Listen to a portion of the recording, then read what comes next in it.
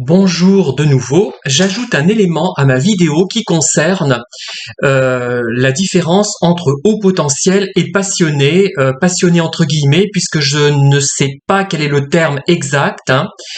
J'ai envie de dire aussi que ces gens qui produisent quelque chose de tout à fait satisfaisant ou même d'exceptionnel, alors que par ailleurs ils ne sont pas spécialement exceptionnels dans leurs autres productions, dans leurs productions que je qualifierais d'imposées, comme à l'école finalement, comme en classe, comme au lycée, comme au collège, comme à l'université, eh bien ces gens-là, ils vont utiliser des aspects de leurs compétences qu'ils maîtrisent parfaitement, c'est-à-dire non seulement des choses qui les motivent, qui les intéressent, mais qu'ils maîtrisent.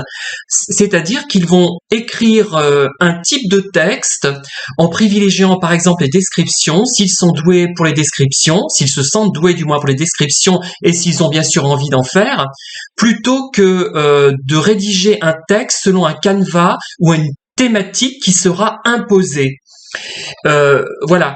Et c'est, par exemple, même en danse, moi, si je me lance dans une danse sur YouTube, par exemple, je pourrais le faire. Ça serait pas très réussi, certainement, mais je peux très bien sélectionner tous les mouvements que je sais faire, tout ce que je sais articuler entre eux, et négliger ceux que je ne connais pas, je ne sais pas faire.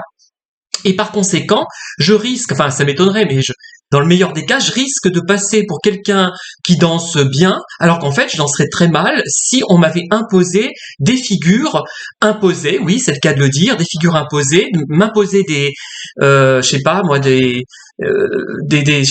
grands écarts projetés ou je sais pas quoi, enfin je connais pas tous les termes, voilà. Et donc c'est ces gens qui paraissent parfois très doués, simplement ils ont l'envie d'écrire, par exemple, s'il s'agit d'un livre, d'écrire ce qu'ils ont envie d'écrire, de peindre ce qu'ils ont envie de peindre et de la manière dont ils ont envie de peindre, c'est-à-dire, par exemple, s'ils maîtrisent très peu la peinture à l'huile et s'ils préfèrent l'aquarelle, eh ben, ils vont faire des aquarelles et là, ils vont réussir à attirer un public ou du moins à intéresser quelques connaisseurs, voire à percer vraiment, parce que ils seront allés dans le sens de ce qu'ils auront envie de faire et ce qu'ils sauront faire. Souvent, on a envie de faire ce qu'on sait faire et on sait faire ce qu'on a envie de faire peut-être. Voilà.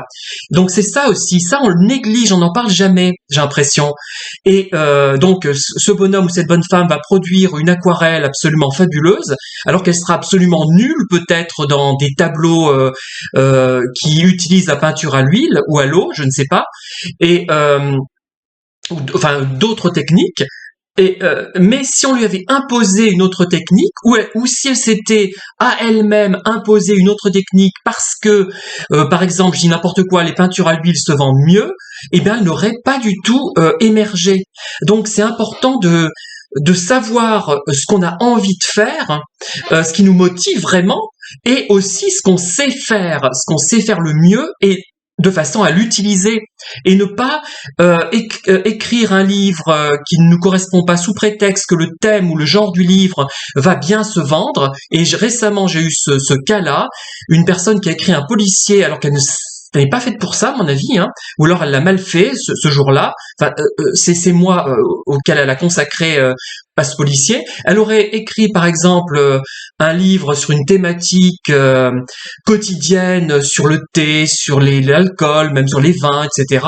Elle aurait produit quelque chose de vraiment peut-être intéressant, puisque cet aspect-là émerge dans son livre, déjà.